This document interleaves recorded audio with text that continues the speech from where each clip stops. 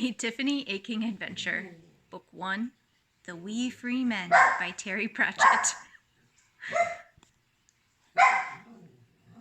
Chapter 1, A Clang Well Done. Some things start before other things. It was a summer shower, but didn't appear to know it, and it was pouring rain as fast as a winter storm. Miss Perspicacia Tick sat in what little shelter a raggedy hedge could give her and explored the universe. She didn't notice the rain. Witches dried out quickly. The exploring of the universe was being done with a couple of twigs tied together with a string, a stone with a hole in it, an egg, one of Miss Tick's stockings, which also had a hole in it, a pin, a piece of paper, and a tiny stub of pencil. Unlike wizards, witches learned to make do with a little. The items had been tied and twisted together to make a device. It moved oddly when she prodded it. One of the sticks seemed to pass right through the egg, for example, and came out the other side without leaving a mark. "Yes," she said quietly, as Wayne poured off the rim of her hat. "There it is, a definite ripple in the walls of the world. Very worrying. There's probably another world making contact. That's never good. I ought to go there, but according to my left elbow, there's a witch there already." "She'll sort it out then," said a small and, for now, mysterious voice from somewhere near her feet. "No, it can't be right. That's chalk country over there," said Miss Tick. "You can't grow a good witch on chalk. The stuff's barely harder than clay. You need good hard rock to grow a witch, believe me." Miss Tick shook her head, sending raindrops flying. "But my elbows are generally very reliable." People say things like listen to your heart, but witches learn to listen to other things too. It's amazing what your kidneys can tell you. "Why talk about it? Let's go and see," said the voice. "We're not doing very well around here, are we?" That was true. The lowlands weren't good to witches. Miss Tick was making pennies by doing bits of medicine and misfortune telling. Ordinary fortune tellers tell you what you want to happen. Witches tell you what's going to happen, whether you want it to or not. Strangely enough, witches tend to be more accurate, but less popular. And slept in barns most nights. She'd twice been thrown into ponds. "I can't barge in," she said. "Not on another witch's territory. That never, ever works. But," she paused, "witches don't just turn up out of nowhere. Let's have a look." She pulled a cracked saucer out of her pocket and tipped into it the rainwater that had collected on her hat. Then she took a bottle of ink out of another pocket and poured in just enough to turn the water black. She cupped it in her hands to keep the raindrops out and listened to her eyes. Tiffany Aching was laying on her stomach by the river, tickling trout. She liked to hear them laugh. It came up in bubbles. A little way away, where the river bank became a sort of pebble beach, her brother, Wentworth, was messing around with a stick and almost certainly making himself sticky.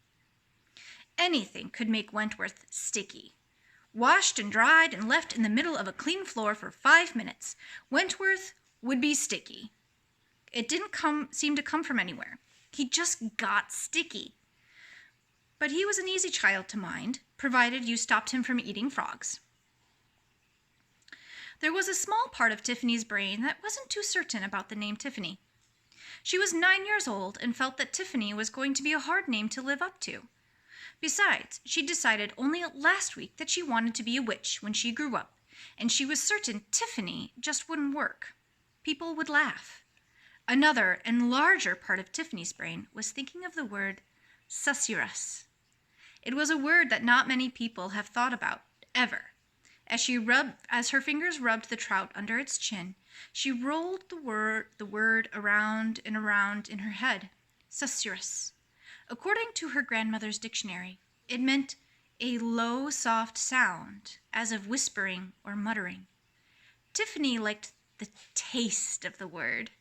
It made her think of mysterious people in long cloaks whispering important secrets behind doors. Susurrus, susurrus, susurrus. Susurrus. She'd read the dictionary all the way through. No one told her you weren't supposed to. As she thought this, she realized that the happy trout had swum away. but something else was in the water, only a few inches from her face. It was a round basket, no bigger than half a coconut shell, coated with something to block up the holes and make it float. A little man, only 6 inches high, was standing up in it. He had a mass of untidy red hair into which a few feathers, beads, and bits of cloth had been woven. He had a red beard, which was pretty much as bad as the hair. The rest of him that wasn't covered with blue tattoos was covered with a tiny kilt. And he was waving a fist at her and shouting, "Crivens, gang away without here, you daft wee hinny. Where the green heed?" With that, he pulled at a piece of string that was hanging over the side of his boat, and a second red-headed man surfaced, gulping air. "Nae time for fishing," said the first man, hauling him aboard. "The green heed's coming." "Crivens," said the swimmer, water pouring off him. "Let's off ski." And with that, he grabbed one very small oar and, with rapid back-and-forth movements, made the basket speed away. "Excuse me," Tiffany shouted, "are you fairies?" But there was no answer. The little round boat had disappeared into the reeds. Probably not, Tiffany decided. Then, to her dark delight, there was a susurrus. There was no wind, but the leaves on the alder bushes by the riverbank began to shake and rustle. So did the reeds. They didn't bend, they just blurred. Everything blurred, as if something had picked up the world and was shaking it. The air fizzed. People whispered behind closed doors. The water began to bubble. Just under the bank. It wasn't very deep here. It would only have reached Tiffany's knees if she'd waited. But it was suddenly darker and greener and, somehow, much deeper. She stood and took a couple of steps backward just before long, skinny arms fountained out of the water and clawed madly at the bank where she had been. For a moment, she saw a thin face with long, sharp teeth, huge round eyes, and dripping green hair like waterweed. And then the thing plunged back into the depths. By the time the water closed over it, Tiffany was already running along the bank to the little beach where Wentworth was making frog pies. She snatched up the child just as a stream of bubbles came up around the curve in the bank. Once again, the water boiled. The green-haired creature shot up, and the long arms clawed at the mud. Then it screamed and dropped back into the water. "I want to go a toilet," screamed Wentworth. Tiffany ignored him. She was watching the river with a thoughtful expression. "I'm not scared at all," she thought. She was watching the river with a thoughtful expression. "I'm not scared at all. How strange. I ought to be scared, but I'm just angry. I mean, I can feel the scared, like a red-hot ball, but the angry isn't letting it out." Wanna go a toilet," Wentworth shrieked. "Go on then," said Tiffany absent-mindedly. The ripples were still sloshing along the bank. There was no point in telling anyone about this. Everyone would just say, "What an imagination the child has," if they were feeling in a good mood, or "Don't tell stories," if they weren't. She was still very angry. How dare a monster turn up in the river, especially one so ridiculous? Who did it think she was? This is Tiffany, walking back home. Start with the boots.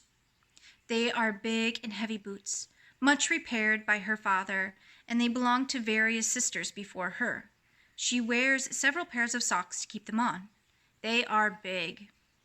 Tiffany sometimes feels she is nothing more than a way of moving boots around. Then there is the dress. It has been owned by many sisters as well, and has been taken up, taken out, taken down, and taken in by her mother so many times that it really ought to have been taken away. But Tiffany rather likes it.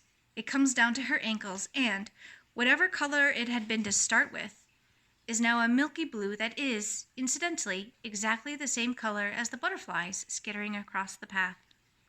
Then there is Tiffany's face, light pink, with brown eyes and brown hair. Nothing special. Her head might strike anyone watching, in a saucer of black water, for example, as being just slightly too big for the rest of her, but perhaps she'll grow into it.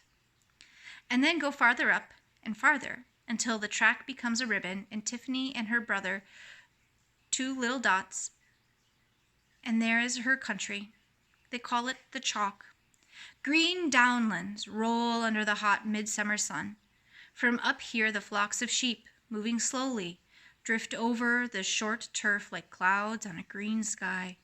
Here and there, sheepdogs speed over the grass like shooting stars. And then, as the eyes pull back, and its long green mound lying like a great wail on the world, surrounded by the inky rainwater in the saucer. Miss Tick looked up. "That little creature in the boat was a Knack-Mack-Feegle," she said, "the most feared of all the fairy races. Even trolls run away from the wee free men, and one of them warned her." "She's the witch, then, is she?" said the voice. "At that age, impossible," said Miss Tick. "There's been no one to teach her. There's no witches on the chalk. It's too soft." And yet, she wasn't scared. The rain had stopped. Miss Tick looked up at the chalk rising above the low, wrung-out clouds. It was about 5 miles away. "This child needs watching," she said, "but chalk's too soft to grow a witch on." Only the mountains were higher than the chalk. They stood sharp and purple and gray, streaming long trails of snow from their tops even in summer. Brides of the sky, Granny Aching had called them once, and it was so rare that she ever said anything at all, let alone anything that didn't have to do with sheep, that Tiffany had remembered it. Besides, it was exactly right. That's what the mountains looked like in the winter, when they were all in white and the snow streams blew like veils. Granny used old words and came out with odd old sayings. She didn't call the downland the chalk. She called it the wold.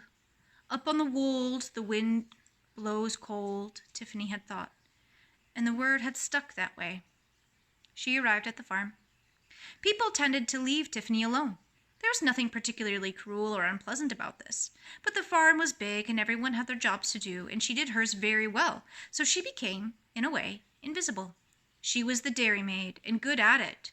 She made better butter than her mother did, and people commented about how good she was with cheese. It was a talent. Sometimes, when the wandering teachers came to the village, she went and got a bit of education, but mostly she worked in the dairy, which was dark and cool.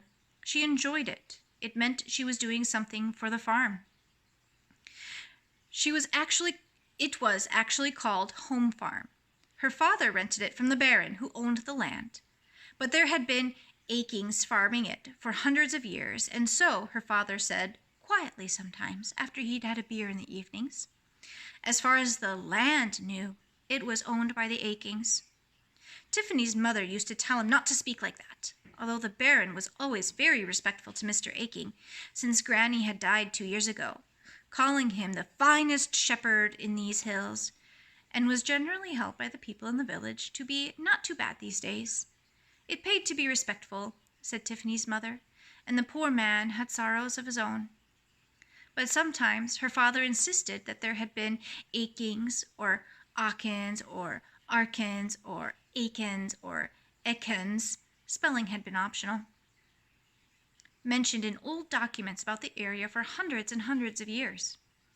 They had these hills in their bones, he said, and there had always been shepherds. Tiffany felt quite proud of this, in an odd way, because it might also be nice to be proud of the fact that your ancestors moved around a bit too, or occasionally tried new things.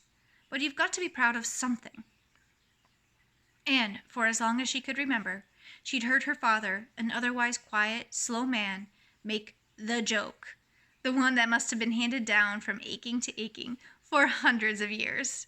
He'd say, "Another day of work and I'm still aching," or "I get up aching, I go to bed aching," or even, "I'm aching all over." They weren't particularly funny after about the 3rd time, but she'd miss it if he didn't say it at least one of them every week.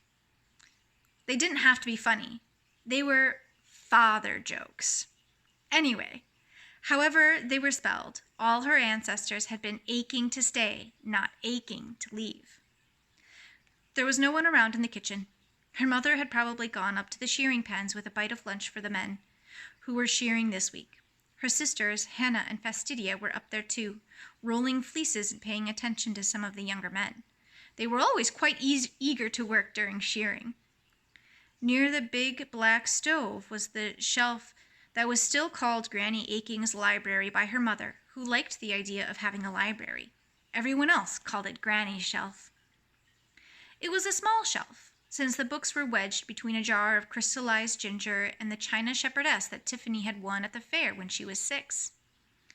There were only 5 books if you didn't include the big farm diary, in which Tiffany's view didn't count as a real book because you had to write it yourself. There was the dictionary, there was the almanac, which got changed every year, and next to that was Diseases of the Sheep, which was fat with bookmarks that her grandmother had put there. Granny Aching had been an expert on sheep, even though she had called them just bags of bones, eyeballs, and teeth, looking for new ways to die. Other shepherds would walk miles to get her to come and cure their beasts of ailments. They said she had the touch, although she said that the best medicine for sheep or man was a dose of turpentine, a good cussin', and a kick. Bits of paper with Granny's own recipes for sheep cures stuck out all over the book. Mostly they involved turpentine, but sometimes included cussin'. Next to the book on sheep was a thin little volume called Flowers of the Chalk. The turf of the downs was full of tiny, intricate flowers like cowslips and harebells, and even smaller ones that somehow survived the grazing.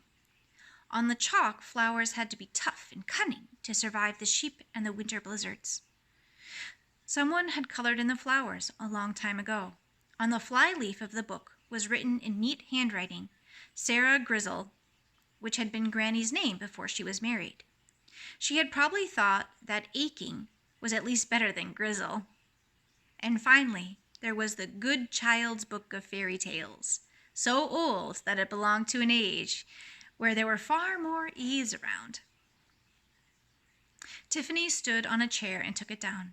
She turned the pages until she found the one she was looking for and stared at it for a while. Then she put the book back, replaced the chair, and opened the crockery cupboard. She found a soup plate, went over to a drawer, and took out the measuring tape her mother used for dressmaking and measured the plate. She said, 8 inches. Why didn't they just say? She unhooked the largest frying pan, the one that could cook breakfast for 6 people all at once, and took some candies from the jar on a dresser and put them in an old paper bag. Then, to Wentworth's sullen bewilderment, she took him by a sticky hand and headed back down toward the stream. Things still looked very normal down there, but she was not going to let that fool her. All the trout had fled, and the birds weren't singing. She found a place on the riverbank with the right-sized bush. Then she found a stone and hammered a piece of wood into the ground as hard as she could, close to the edge of the water, and tied a bag of sweeties to it. Tiffany was the kind of child who always carried a piece of string. "Candy, Wentworth!" she shouted. She gripped the frying pan and stepped smartly behind the bush. Wentworth trotted over to the sweets and tried to pick up the bag. It wouldn't move. "I want to go to toilet," he yelled, because it was a threat that usually worked. His fat fingers scrabbled at the knots. Tiffany watched the water carefully. Was it getting darker? Was it getting greener? Was that just waterweed down there? Were those bubbles just a trout laughing? No. She ran out of her hiding place with the frying pan swinging like a bat. The screaming monster leapt out of the water, met the frying pan coming the other way with a clang. It was a good clang, with the oing that is the mark of a clang well done. The creature hung there for a moment, a few teeth and bits of green weed splashing into the water, then slid slowly down and sank with some massive bubbles. The water cleared and was once again the same old river, shallow and icy cold and floored with pebbles. "Wanna sweeties!" screamed Wentworth, who never noticed anything else in the presence of sweets. Tiffany undid the string and gave them to him. He ate them far too quickly, as he always did with sweets. She waited until he was sick, then went back home with a thoughtful state of mind. In the reeds, quite low down, small voices whispered, Crivens, wee Bobby, did you no see that? Aye, we'd better off ski and tell the big man we found the hag. Miss Tick was running up the dusty road. Witches don't like to be seen running. It looks unprofessional. It's also not done to be seen carrying things, and she had her tent on her back. She was also trailing clouds of steam, witches dry out from the inside. It had all those teeth, said the mystery voice, this time from her hat. I know, snapped Miss Tick. And she just hauled off and hit it. Yes, I know. Just like that. Yes, very impressive, said Miss Tick. She was getting out of breath. Besides, they were already on the early slopes of the downs now, and she wasn't good on chalk. A wandering witch likes firm ground under her, not a rock so soft you could cut it with a knife. Impressive, said the voice. She used her brother as bait. Amazing, isn't it? Said Miss Tick. Such quick thinking. Oh, no. She stopped running and leaned against a field wall as a wave of dizziness hit her. What's happening? What's happening? Said the voice from her hat. I nearly fell off. It's this wretched chalk. I can feel it already. I can do magic on honest soil, and rock is always fine. And I'm not too bad on clay, even, but chalk's neither one thing nor the other. I'm very sensitive to geology, you know. What are you trying to tell me? Said the voice. Chalk. It's a hungry soil. I don't really have much power on chalk. The owner of the voice, who was hidden, said, Are you going to fall over? No, it's just the magic that doesn't work. Miss Tick did not look like a witch. Most witches don't, at least the ones who wander from place to place. Looking like a witch can be dangerous when you walk among the uneducated. And for that reason, she didn't wear any occult jewelry, or have a glowing magical knife, or a silver goblet with pattern of skulls all around it, or carrying a broomstick with sparks coming out of it. All of which are tiny hints that there may be a witch around. Her pockets never carried anything more magical than a few twigs, maybe a piece of string, a coin or two, and of course, a lucky charm. Everyone in the country carried lucky charms, and Miss Tick had worked out that if you didn't have one, people would suspect that you were a witch. You had to be a bit cunning to be a witch. Miss Tick did have a pointy hat, but it was a stealth hat and pointed only when she wanted it to. The one thing in her bag that might have made anyone suspicious was a very small, grubby booklet entitled An Introduction to Escapology by the great Williamson. If one of the risks of your job is being thrown into a pond with your hands tied together, then the ability to swim 30 yards underwater fully clothed, plus the ability to lurk under the weeds breathing air through a hollow reed, count as nothing if you aren't also amazingly good with knots. You can't do magic here, said the voice in the hat. No, I can't, said Miss Tick. She looked up at the sound of jingling. A strange procession was coming up the white road. It was mostly made up of donkeys pulling small carts with brightly painted covers on them. People walked alongside the carts, dusty to the waist. They were all men. They wore bright robes, or robes, at least, that had been bright before being trailed through mud and dust for years, and every one of them wore a strange black square hat. Miss Tick smiled. They looked like tinkers, but there wasn't one among them, she knew, who could mend a kettle. What they did was sell invisible things. And after they'd sold what they had, they still had it. They sold what everyone needed, but often didn't want. They sold the key to the universe to people who didn't even know it was locked. I can't do, said Miss Tick, straightening up, but I can teach. Tiffany worked for the rest of the morning in the dairy. There was cheese that needed doing. There was bread and jam for lunch. Her mother said, The teachers are coming to town today. You can go if you've done your chores. Tiffany agreed that, yes, there were one or two things she'd quite like to know more about. Then you can have half a dozen carrots and an egg. I dare say they could do with an egg, poor things, said her mother. Tiffany took them with her after lunch and went to get an egg's worth of education. Most boys in the village grew up to do the same jobs as their fathers, or at least some other job somewhere in the village where someone's father would teach them as they went along. The girls were expected to grow up to be somebody's wife. They were also expected to be able to read and write, those being considered soft indoor jobs that were too fiddly for the boys. However, everyone also felt that there were a few other things that even the boys ought to know to stop them from wasting time wondering about details like what's on the other side of the mountains and how come rain falls out of the sky? Every family in the village bought a copy of the almanac every year, and a sort of education came from that. It was big and thick and printed somewhere far off, and it had lots of details about things like phases of the moon and the right time to plant beans.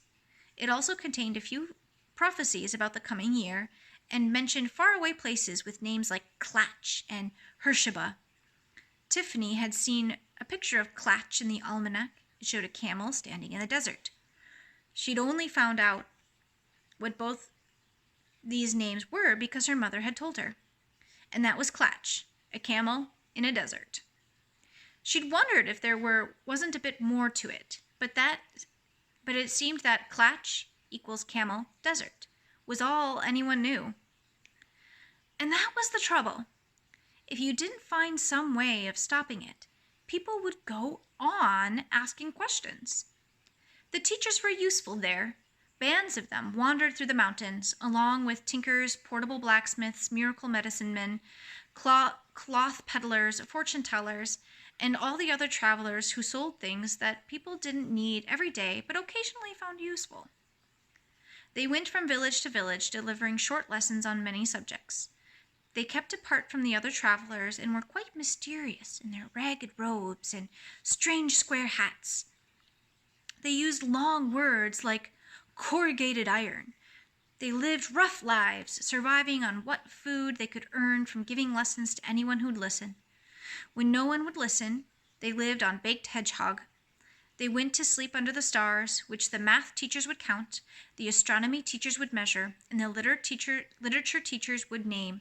The geography teachers got lost in the woods and fell into bear traps. People were usually quite pleased to see them. They taught children enough to shut them up, which was the main thing, after all. But they always had to be driven out of the villages by nightfall in case they stole chickens. Today, the brightly colored little booths and tents were pitched in a field just outside the village. Behind them, small square areas had been fenced off, with high canvas walls, and were patrolled by apprentice teachers looking for anyone trying to overhear education without paying. The first tent Tiffany saw had a sign that read, "Geography, geography, geography. For today only, all major land masses and oceans, plus everything you need to know about glaciers. 1 penny or all major vegetables accepted." Tiffany had read enough to know that, while he might be a whiz at major land masses, this particular teacher could have done with some help from the man running the next door stall. The wonders of punctuation and spelling. 1. Absolute certainty about the comma. 2. I before E completely sorted out. 3. The mystery of the semicolon revealed. 4. See the ampersand. Small extra charge. 5. Fun with brackets. Will accept vegetables, eggs, and clean used clothing. The next stall along was decorated with scenes out of history, generally of kings cutting one another's heads off and similar interesting highlights. The teacher in front was dressed in a ragged red robes with rabbit skin trimmings and wore an old top hat with flags stuck in it. He had a small megaphone that he aimed at Tiffany. "The death of kings through the ages," he said. "Very educational, lots of blood." "Not really," said Tiffany. "Oh, you've got to know where you've come from, miss," said the teacher. "Otherwise, how will you know where you're going?" "I come from a long line of aching people," said Tiffany, "and I think I'm moving on." She found what she was looking for at a booth hung with pictures of animals, including, she was pleased to see, a camel. The sign said, "Useful creatures today, our friend the hedgehog." She wondered how useful the thing in the river had been, but this looked like the only place to find out. A few children were waiting on the benches inside the booth for the lesson to begin, but the teacher was still standing out in front in hopes of filling up the empty spaces. "Hello, little girl," he said, which was only his First big mistake. I'm sure you want to know all about hedgehogs, eh? I did this one last summer, said Tiffany. The man looked closer and his grin faded. Oh, yes, he said, I remember. You asked all those little questions. I would like a question answered today, said Tiffany. Provided it's not the one about how you get baby hedgehogs, said the man. No, said Tiffany patiently. It's about zoology. Zoology, eh? That's a big word, isn't it? No, actually it isn't, said Tiffany. Patronizing is a big word. Zoology is really quite short. The teacher's eyes narrowed further. Children like Tiffany were bad news. I can see you're a clever one, he said, but I don't know any teachers of zoology in these parts. Veterinary, yes, but not zoology. Any particular animal? Jenny Greenteeth, a water-dwelling monster with big teeth and claws and eyes like soup plates, said Tiffany. What size of soup plates? Do you mean soup plates? Big soup plates? A whole full portion bowl with maybe some biscuits, possibly even a bread roll? Or do you mean the little cup you might get if, for example, you just ordered soup and a salad? The size of soup plates that are 8 inches across, said Tiffany, who'd never ordered soup and a salad anywhere in her life. I checked. That is a puzzler, said the teacher. Don't think I know that one. It's certainly not useful, I know that. It sounds made up to me. Yes, that's what I thought, said Tiffany, but I'd still like to know more about it. Well, you could try her. She's new. The teacher jerked his thumb toward a little tent at the end of the row. It was black and quite shabby. There weren't any posters and possibly no exclamation marks. And absolutely no exclamation marks. What does she teach? Tiffany asked. Couldn't say, said the teacher. She says it's thinking, but I don't know how you teach that. That'll be 1 carrot, thank you. When she went closer, Tiffany saw a small notice pinned to the outside of the tent. It said in letters that whispered rather than shouted, I can teach you a lesson you won't forget in a hurry. And that ends chapter 1.